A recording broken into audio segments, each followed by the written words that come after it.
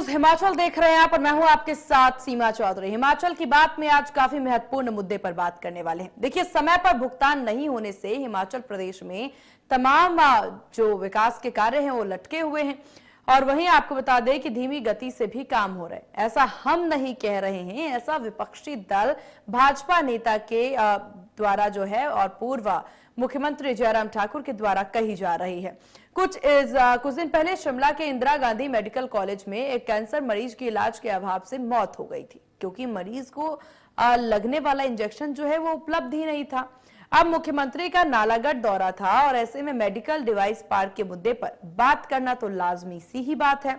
इसके अलावा और भी तमाम मसले हैं, जैसे समय पर भुगतान नहीं होने पर कल्लू के बंजार में बीडीओ ऑफिस के बाहर के जो ठेकेदार हैं वो फर्नीचर उठाकर ले गए। हालांकि ये मामला साल 2024 का है। शिमला विंटर कार्निवल में स्टार कलाकार अपनी पेमेंट के लिए 1 महीने से भटक रहे हैं, लेकिन उन्हें अपनी पेमेंट नहीं मिल पा रही है। इन्हीं सब मुद्दों को लेकर हिमाचल की बात में आज करेंगे चर्चा। मेडिकल डिवाइस पार्क में हमने 400 एकड़, 1 रुपए पर लीज पर लैंड, 400 एकड़ यानी कि 4000 कनाल, 1 एकड़ 10 कनाल का, ठीक है, आपने दे दी, जो कि नालागढ़ में। अगर 4000 कनाल की कीमत को ही माप लिया जाए तो मैं उस चीज को नहीं कहना चाहूंगा कि कितनी होगी, कौड़ी के भाव भी माप ली जाए। चलिए छोड़िए, मुफ्त में आपने वहां पानी देना है, ग्राउंड वाटर्स, 3 रुपए पर यूनिट के साथ बिजली देनी है। और क्या देना है भारत सरकार ने हमें?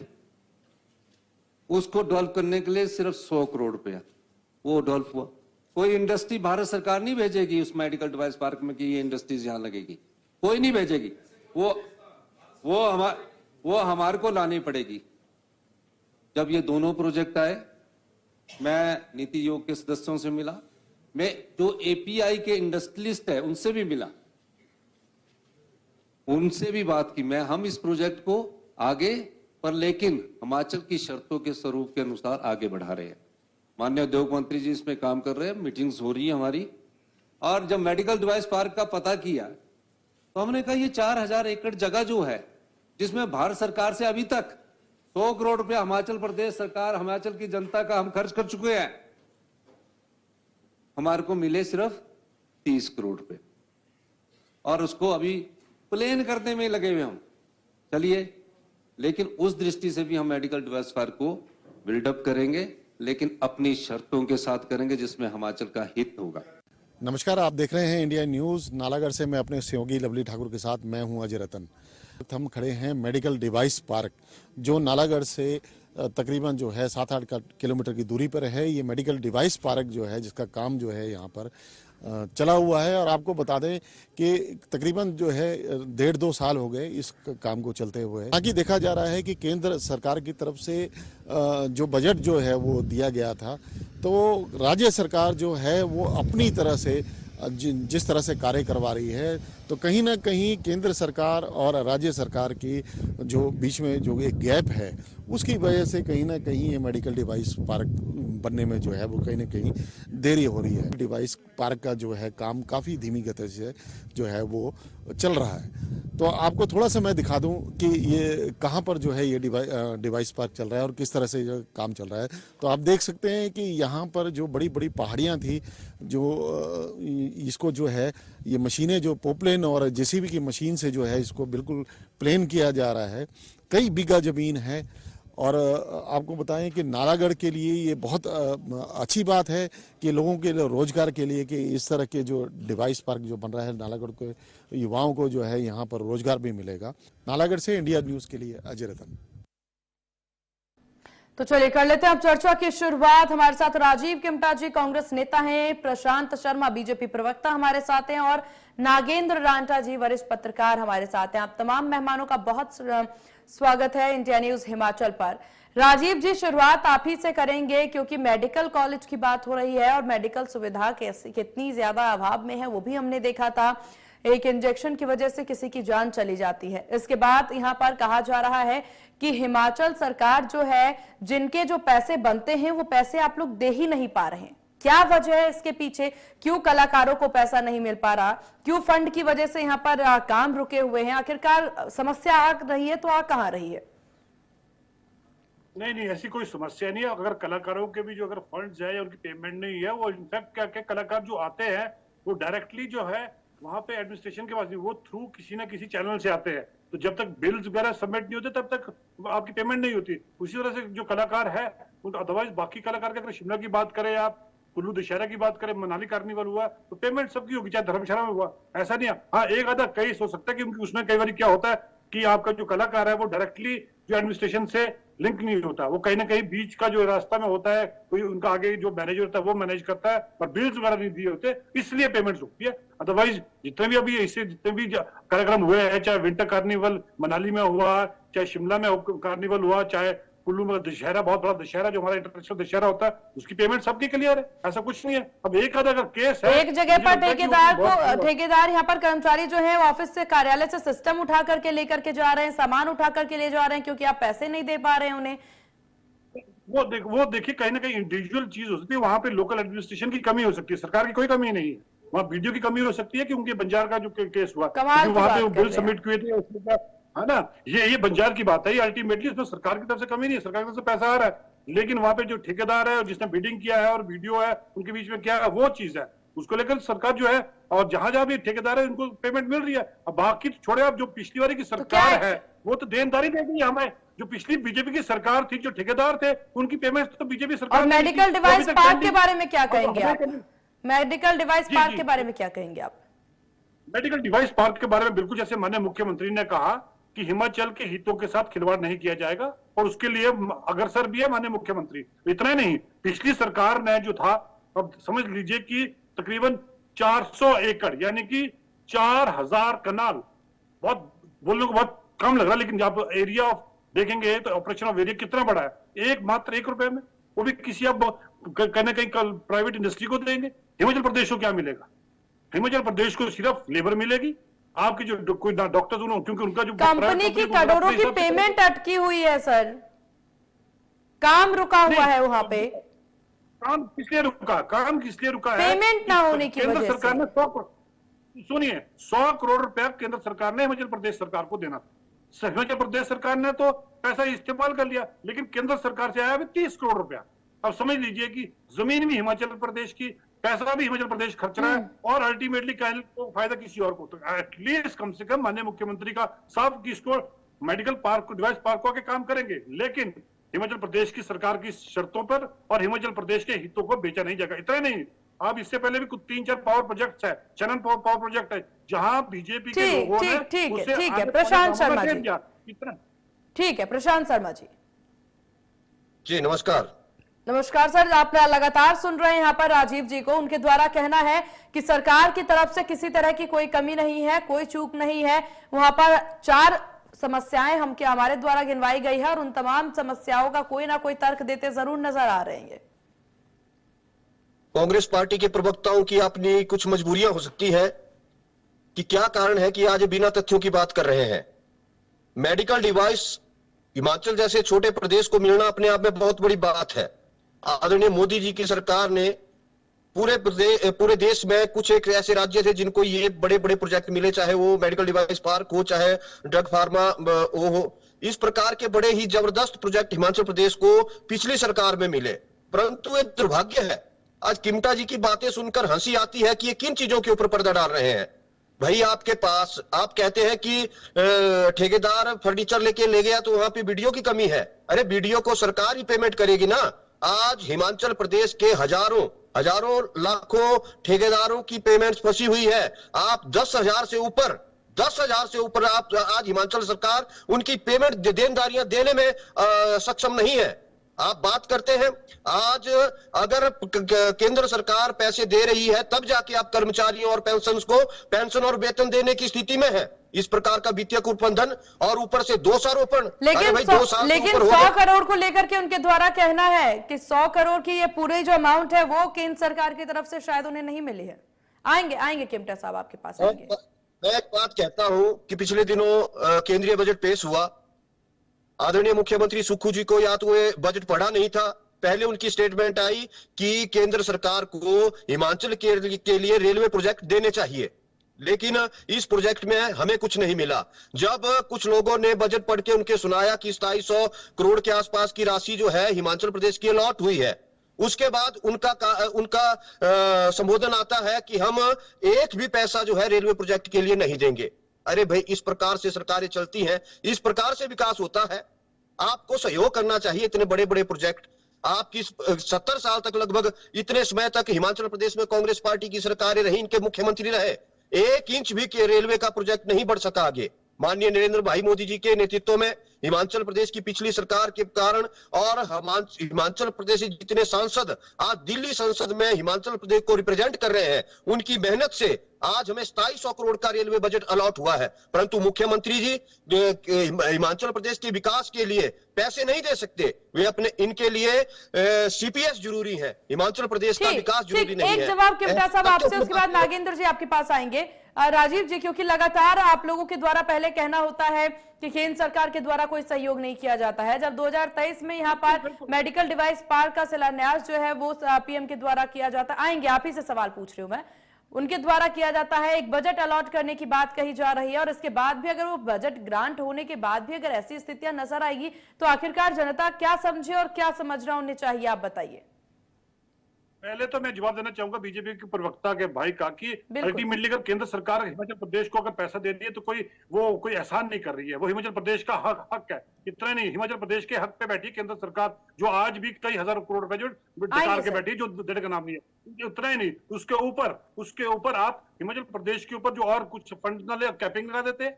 आपने 2022 और 23 में हिमाचल प्रदेश में आपदा आई है, आपने अभी तक 1 रुपया नहीं दिया। आप जो पैसा देते वो और प्रोजेक्ट को बोलते हैं, हमने अब तक आज दिन तक 1 रुपया नहीं दिया। माननीय मुख्यमंत्री 3 बारी जो है केंद्र के मुख्य प्रधानमंत्री से मिले हैं, यहाँ के जो एमपी है वो मिले हैं, लेकिन अभी तक रुपया नहीं है। इनके एमपी से वो बात करते नहीं है इसके अंदर, सदन के अंदर। ये सारी चीजें सतेला आज जो हिमाचल प्रदेश के साथ किया जा रहा है। और रही बात आपकी मेडिकल डिवाइस पार्क की, आप समझ सकते हैं 4000 कनाल की भूमि हिमाचल प्रदेश दे रही है, केंद्र दे रहा है 100 करोड़ रुपया। 100 करोड़ में भी अभी आपने सिर्फ इतना पैसा खर्च किया, हिमाचल प्रदेश का 100 करोड़ तो खर्च हो गया, केंद्र से 30 करोड़। राजीव जी, केंद्र सरकार 100 करोड़ अलॉट कर रही है, प्रदेश सरकार के पास भी तो अपना बजट होता है। देखिए 100 करोड़ से वे प्रोजेक्ट नहीं बनने वाला। और इतना ही नहीं, अल्टीमेटली कहीं ना कहीं हिमाचल के हितों की भी तो रक्षा करनी है। आपका संसाधन हिमाचल प्रदेश का, आपकी बिजली बनती है आज दिल्ली, चाहे दिल्ली हो, यूपी हो, जितने राजस्थान हो, वो सारा हिमाचल पर डिपेंड है। लेकिन हिमाचल को मिल क्या रहा है? आपका प्राकृतिक आपदा और ये क्या कारण है? Environment disbalance. ठीक है, यहाँ पे लोगों को रोजगार। ठीक है, नागेंद्र जी के पास आपके पास वापस आएंगे राजीव जी। नागेंद्र जी, आप लगातार यहाँ पर कांग्रेस प्रवक्ता को भी सुन रहे हैं और यहाँ पर बीजेपी प्रवक्ता को भी आपने सुना है, जिस तरीके से इनके द्वारा कहना है कि कांग्रेस कहती नजर आ रही है कि जो बजट दिया जा रहा है वो बजट इतना ज्यादा नहीं है कि हिमाचल के विकास में सहयोग साबित हो सके, लेकिन बीजेपी के द्वारा अपने पक्ष हैं, अपनी तमाम चीजें हैं। आपको क्या लग रहा है इन स्थितियों को लेकर के? क्योंकि केंद्र सरकार के द्वारा बजट अलॉट हो रहा है, बहुत सी ऐसी चीजें हैं, बहुत से ऐसे मुद्दे आज हमने हिमाचल की बात में रखे हैं जिस पर ध्यान केंद्रित होना बहुत ज्यादा जरूरी है, लेकिन सरकार पता नहीं क्यों ध्यान नहीं दे रही है। कांग्रेस और बीजेपी आपस में इस तरह के आरोप चलते रहते हैं। ये पॉलिटिकल इंटरेस्ट हर पार्टी के होते हैं, एक दूसरे को इन्फ्लुएंस करने के लिए या एक दूसरे का वोटर को मद्देनजर रखते हुए एक दूसरे पर एलिगेशन लगाते हैं। हकीकत ये है कि आप अगर देखें, हिमाचल प्रदेश एक स्पेशल कैटेगरी स्टेट है, विशेष राज्य है। ये सीमावर्ती राज्य, और हमारा जो सीमा है मोस्ट सेंसिटिव, बहुत संवेदनशील सीमा और चाइना के साथ लगती है। अभी अगर हिमाचल का इतिहास देखें तो हिमाचल प्रदेश का सीमावर्ती राज्य होने के बावजूद भी यहाँ पे आज तक कोई भी हिंसा की कोई आंदोलन चला, ना कोई गतिविधियां हुई है। तो हिमाचल प्रदेश के लोग हमेशा से देश प्रेमी है, राष्ट्र प्रेमी है। और फिर बात आती है स्पेशल कैटेगरी की। अब स्पेशल कैटेगरी की स्टेट में सेंटर हमेशा हिमाचल प्रदेश को एक विशेष राज्य की तरह ट्रीट करता रहा है पास्ट में, अगर हिस्टोरिकली हम देखें। लेकिन अभी कुछ सालों से, 8-10 साल से ये देखा जा रहा, 8-10 ये कह सकते हैं 10-12 साल से ये देखा जा रहा है कि हमारे जो नॉर्थ ईस्ट के राज्य हैं उसकी तरह हमारे को केंद्र से उस तरह का जो मदद उस तरफ मिलती है, आपका फिस्कल जो संघवाद होता है, वित्तीय जो संघवाद है, उसके तहत जो विकेंद्रीकरण में जो हिमाचल को पैसे मिलने चाहिए या एक स्पेशल पैकेज या स्पेशल तरह की स्कीमों का हिमाचल प्रदेश को केंद्र से प्रवाह होना चाहिए, वो नहीं हो रहा है। और इसी वजह से हिमाचल प्रदेश में जो आर्थिक संकट है वो इसका प्रमुख कारण है। क्यों? हिमाचल प्रदेश एक ऐसा राज्य नहीं कि अपने संसाधन बहुत ज्यादा है, अभी ये आत्मनिर्भर होने की राह पर अभी आगे चला हुआ है। अगर हम ये देखिए कि अभी जो आर्थिक संकट की बात आ रही है, एक पार्टी दूसरे के पर आरोप लगाती है, पहली दूसरे पर, दूसरी पहले पर लगाती है। अगर देखा जाए तो ये परिस्थिति कोविड-19 में, जब अब कोविड-19 हुआ पूरे देश में, तो हिमाचल प्रदेश में भी हुआ। उसके बाद आर्थिक स्थिति बुरी तरह यहाँ पे विकट संकट पैदा हो गया, क्योंकि यहाँ पे जो संसाधन मोबिलाइजेशन नहीं हुई। बिजली की बात करो, इंडस्ट्री से जो आना था, या टर्शरी सेक्टर, 3 सेक्टर होते इकोनॉमी से, उससे पैसा नहीं आया। अब इसके लिए क्या होता है कि जब विशेष जो राज्य होता है, इसके लिए केंद्र का ये कर्तव्य बनता है कि हिमाचल प्रदेश को एक इस तरह ट्रीटमेंट दिया जाए जैसे कि नॉर्थ ईस्ट में स्पेशल राज्य के लिए। जहां तक बात है पार्क की, ये आपके दो, एक बल्क पार्क है मेडिसिन का जिसमें दवाइयां बनेगी, और दूसरा पार्क है आपका डिवाइसेस का जिसमें आपके इंस्ट्रूमेंट्स बनेंगे जो मेडिकल के क्षेत्र में, जो आपके मेडिकल जगत में काम आएंगे। अब इसमें प्रदेश सरकार ये कहती है कि हमारे इंटरेस्ट का ख्याल नहीं किया गया। जो आपका राज्य और केंद्र है वो एक आपके कोऑपरेटिव फेडरलिज्म से चलता है, और प्रधानमंत्री जी ने भी कई बार ये शब्द यूज किया है, सहकारी संघवाद, कि जब आप किसी को कुछ दे रहे हो सेंटर से, तो प्रदेश सरकार को भी कॉन्फिडेंस में रहना जरूरी है, चाहे पार्टी या गवर्नमेंट किसी भी पार्टी की स्टेट में। इसके लिए दोनों पार्टियों को, अगर कांग्रेस और नागेंद्र बीजेपी, जी, लेकिन देखिए फंड की वजह से इतने काम रुके हुए हैं। यहाँ पर देखिए ऑफिस से सीधा सिस्टम उठा करके लेके जा रहे हैं, किसी चीज का कोई खौफ नहीं देखने को मिल रहा है। डिवाइस पार्क का काम रुका हुआ नजर आ रहा है। यहाँ पर मेडिकल की कितनी समस्या हिमाचल में देखने को मिल रही है, तो कैसे समझा जाए और कैसे पार पाया जाए इससे? इसमें मैं यही कह रहा हूं कि जो आपका कोविड-19 और उसके बाद दो डिजास्टर ने हिमाचल प्रदेश की जो आर्थिक रीढ़ की हड्डी है उसको तोड़ के रखा है। एक आपका नेचुरल डिजास्टर जो बारिश, हैवी मानसून की वजह से आया, एक आपका मैन मेड है डिजास्टर, वो कोविड की वजह से आया है। तो ये दोनों डिजास्टर को सहन करने की छोटे राज्य की क्षमता नहीं होती है। आप 70 लाख की आबादी का राज्य है, इसके लिए केंद्र को और स्टेट गवर्नमेंट को दोनों को मिलजुल के कोई एक फैसला लेना पड़ेगा। अब जैसे मेडिकल डिवाइस की बात करते हैं, हम मेडिकल डिवाइस की बात करते हैं, हिमाचल प्रदेश में पहले औद्योगिकरण हुआ है। औद्योगिकरण में हिमाचल प्रदेश को जो मिलता है उससे ज्यादा हिमाचल इंडस्ट्रीज को देता है। यहाँ सीमेंट की बात करिए, 3 कारखाने लगे हुए हैं, ACC, अंबुजा और तीसरा ये अल्ट्राटेक का है। अब इसमें हिमाचल प्रदेश में डिस्पाइट द फैक्ट यहाँ पे सबसे ज्यादा सीमेंट बनता है पॉपुलेशन के हिसाब से, ज्योग्राफी के हिसाब से, पर हिमाचल में सबसे महंगा सीमेंट है। अब यहाँ के लोगों के बेनिफिट को आपको देखना पड़ेगा, एम्प्लॉयमेंट बिल्कुल समझना पड़ेगा। एक बार जवाब ले लेते हैं बीजेपी प्रवक्ता से। कौन देगा बिजली? क्यों देंगे 3 रुपए यूनिट जब आपको मार्केट में 4.5 रुपए बिजली मिल रही है?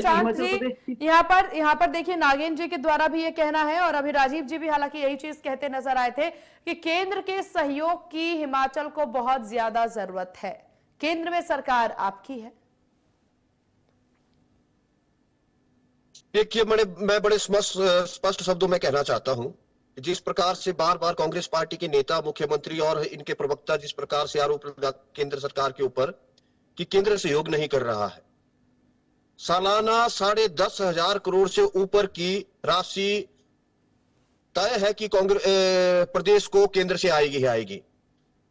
प्रश्न यह है कि आप 30,000 करोड़ से ऊपर का लोन लेते हैं, कर्ज लेते हैं, उसको आप कहां व्यय करते हैं? आप बड़े बड़े दावे करते हैं कि हमने एक्साइज पॉलिसी से इतने 100 करोड़ कमा लिए, हमने यहां से इतना रेवेन्यू जनरेट कर दिया। अगर प्रदेश सरकार इतनी ही रेवेन्यू जनरेट कर रही है तो वो पैसा कहां जा रहा है? केंद्र सरकार, अभी बात चली कि उसके बीच में क्या हुआ? अरे हम प्रश्न करते हैं कांग्रेस पार्टी के प्रवक्ताओं से कि जिस प्रकार से लगातार केंद्र से विभिन्न मदों में, अरे केंद्र सरकार के पैसों से आप लोगों की सैलरी दे रहे हैं, ये कहा इस प्रकार से क्या प्रदेश जो है वो आर्थिक रास्ते पे ठीक तरह से चलेगा? आज लाखों करोड़ की देनदारी सुक्खू जी के इस प्रकार के कार्य करने के तरीके से, तौर तरीके से, और आर्थिक मितव्ययता जिसको हम कह सकते हैं कि किसी प्रकार की कोई प्लानिंग नहीं है, कोई योजना नहीं है, बस जो बोलना है वो बोलना है। 2 साल हो गए, आज तक सुक्खू जी के पास केवल मात्र एक शब्द है कि पूर्व सरकार ने ऐसा किया, केंद्र सरकार ने ऐसा किया। भाई हिमाचल प्रदेश की जनता जानना चाहती है कि सुक्खू जी ने 2 साल में क्या किया, इस प्रदेश की सरकार ने 2 साल में क्या किया। केंद्र सरकार लगातार, मैं पूरे दावे के साथ कहता हूं, आज मैं कहीं बाहर हूं, नहीं तो मैं आंकड़ों के साथ बात करता यहाँ पे कि कितना करोड़ 2 साल के अंदर प्रदेश सरकार को मिला। परंतु क्या कारण है कि केंद्र प्रदेश सरकार फिर से वही आर्थिक मंदी का रोना रो रही है। जवाब ले लेते हैं जी, जवाब ले लेते हैं। राजीव जी, फाइनल कमेंट। जी जी जी जी, प्रशांत जी ने कहा कि 30 करोड़ रुपए का जो 30,000 करोड़ का जो लोन लिया है हमारी गवर्नमेंट ने, प्रशांत जी को मालूम नहीं कि इससे पहले जितना भी लोन था उसका लोन 12,000 करोड़ रुपए दिया, और उस पर जो इंटरेस्ट था, ये कोई कांग्रेस की ये बात नहीं होती है। बात यह है कि आपने रेट किया, वो कहाँ डाला? 8,000 करोड़ इंटरेस्ट दिया है, तो बाकी बचे 10,000 करोड़। 10,000 करोड़ सिर्फ केंद्र हिमाचल प्रदेश सरकार ने लोन लिया, जिसमें इंप्लॉयज भी आते हैं, आपदा भी आई है, आपदा 2 साल लगातार आपदा आई है, जिससे कि पूरा का पूरा हिमाचल प्रदेश, छोटा सा राज्य, हिल गया है। केंद्र से क्या मदद मिली आपको? केंद्र से आपदा के नाम पर आपने बातों को मत कहें आप चिंता जी। 3 बार आगे कहते हैं आज सुनने रटी रटाई बातों से सरकार नहीं चाहती। देखो, सच हमेशा कड़वा होता है, इसलिए कड़वा लग रहा है कि 30,000 करोड़ का आपने जो डाटा मांगा, उसका मैं आपको रिप्लाई दे रहा हूं कि 12,000 करोड़ रुपए लोन पे दिया, 8,000 करोड़ रुपए उस पे इंटरेस्ट पे दिया। वो कोई अभी 2 साल की सरकार नहीं थी, वो पूर्व में आपकी सरकार भी रही और भी सरकारें रही है, उसका इंटरेस्ट था और उसका लोन अमाउंट। चलिए, वक्त की थोड़ी सी कमी, आप तमाम मेहमानों से इजाजत चाहेंगे। आप सभी मेहमानों का बहुत शुक्रिया इंडिया न्यूज हिमाचल को अपना कीमती वक्त देने के लिए और हिमाचल की बात की इस खास पेशकश में चर्चा में शामिल होने के लिए। तो देखिए, आप प्रदेश में बजट को लेकर के जिस तरह की समस्याएं बनती नजर आ रही हैं, इससे पार पाना प्रदेश सरकार को ही पड़ेगा, क्योंकि इससे जिनको सबसे ज्यादा परेशानी हो रही है वो है आम जनता। आखिरकार आम जनता कब तक सफर करेगी इस बजट की समस्या को लेकर के, ये देखने वाली बात होगी। फिलहाल इस खास पेशकश में बस इतना ही। बने रहिए इंडिया न्यूज हिमाचल के साथ। नमस्कार।